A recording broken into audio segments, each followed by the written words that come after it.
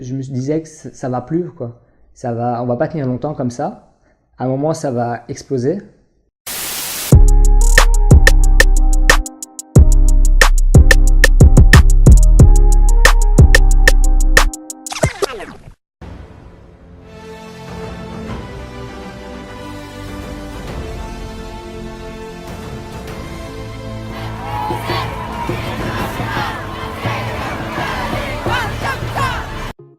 Fine à folle, c'est Yacine pour BX Drums. Et aujourd'hui, mon invité est Mehdi, membre d'un collectif très en vue en ce moment, le Youth for Climate. Salut Mehdi. Salut Yacine. Alors Mehdi, j'ai une première question, une question qui va te paraître très banale, mais avec l'organisation qu'on voit de Youth for Climate, ma question sera juste, comment est-ce que tu vas? Ça va super. Pas trop fatigué par l'organisation de Youth for Climate? Un peu quand même, parce que c'est compliqué de mélanger ça avec les cours, mais on reste motivé. Et justement, comment est-ce que tu fais pour concilier études et organisation?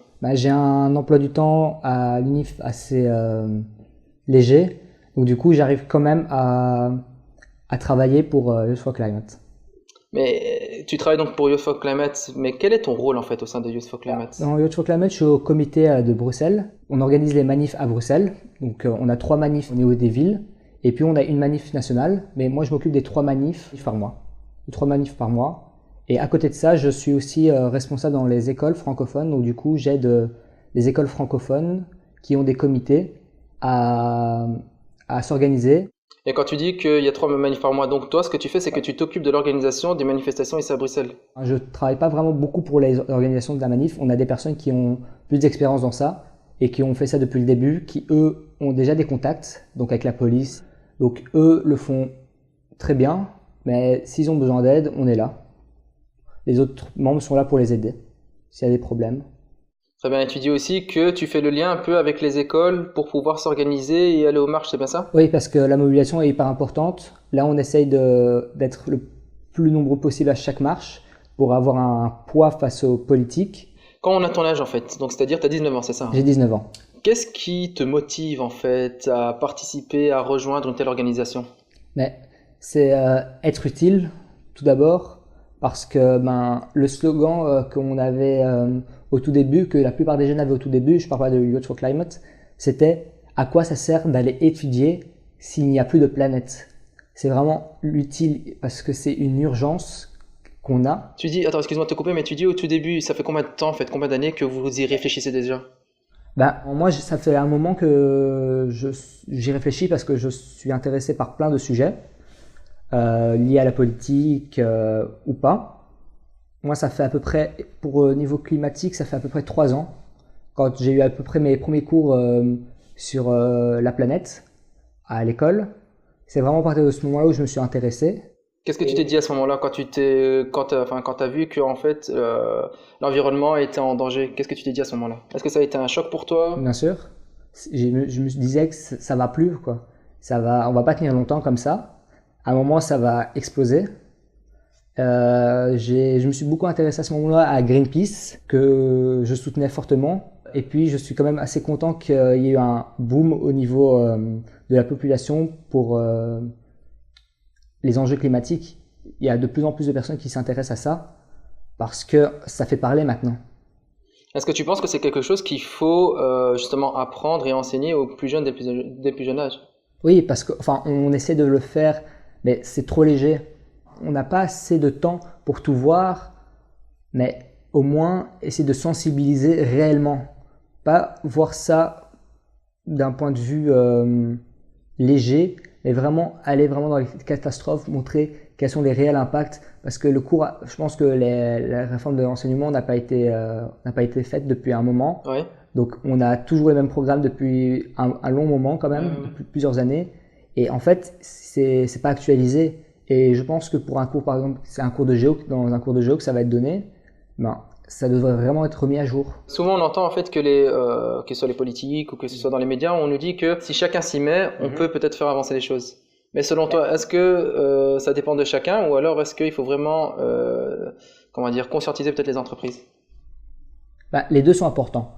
Il faut qu'on ait tous des actes individuels pour la planète, donc comme essayer de diminuer le plastique, en achetant en vrac par exemple, en économisant l'eau, en utilisant une gourde plutôt que des bouteilles. Et ce genre d'acte est important, mais c'est pas ça qui va vraiment permettre de sauver la planète. Parce que même si on diminue de moitié notre production de CO2 individuelle, ça ne changera pas. La planète sera quand même toujours en danger. C'est vraiment au niveau des entreprises qu'il faut se mobiliser. Et pour atteindre les entreprises, il faut d'abord atteindre les politiques pour que eux créent des lois pour restreindre les entreprises à moins polluer. Est-ce que tu ferais par exemple un reproche sur l'attitude des gens vis-à-vis de l'environnement? Certains, oui. Certains s'en foutent totalement de l'environnement. Tu trouves qu'ils en font pas assez? Certaines personnes, oui. Il y en a qui font énormément. Il y en a qui essayent, mais il y en a qui s'en foutent totalement, qu'il ne faut aucun effort. Des fois, c'est par manque de moyens aussi, parce que c'est vrai que ça coûte plus cher de faire attention à l'environnement. Le plastique coûte beaucoup moins cher que des gourdes et ce genre de trucs. C'est aussi le fait qu'on n'ait pas les moyens ou bien l'alternative, beaucoup plus d'alternatives. Est-ce que tu penses que vous, en étant jeune citoyen belge de 17, 18, 19 ans, est-ce que tu penses que vous pouvez toucher le public ou les gens? C'est plus compliqué comme quand on est jeune parce qu'on nous prend moins au sérieux, mais le fait que je sois là, c'est qu'on en parle vraiment. C'est un fait d'actualité hyper fort. On voit beaucoup ça dans les journaux. On en parle de plus en plus. Il y a quelques mois, on n'en parlait pas du tout. Et on essaye de conscientiser les gens, de les pousser. Et pour le moment, ça fonctionne parce qu'on fait parler. On fait parler. Mais après, il faut voir à quoi on va arriver dans quelques mois. Bah justement, dans quelques mois, vous voulez continuer ces marches jusqu'au 26 mai, donc date des prochaines élections ici en Belgique. Si maintenant il ne se passe rien après le 26 mai, qu'est-ce que vous faites? Si au bout des élections, après les élections, le gouvernement ne fait toujours rien, on continuera. C'est la même chose, que ce soit le gouvernement actuel ou le gouvernement prochain, tant qu'il ne fera rien, on sera dans les rues. Bah, sur ces mots que l'on va conclure l'interview. Mehdi, merci à toi d'avoir été mon invité. Avec plaisir. Quant à vous, bande de fous, bande de folles, merci de nous avoir regardés. Je vous invite à me suivre sur les réseaux sociaux pour plus d'interviews accompagnées de Mad Rooms. Ciao!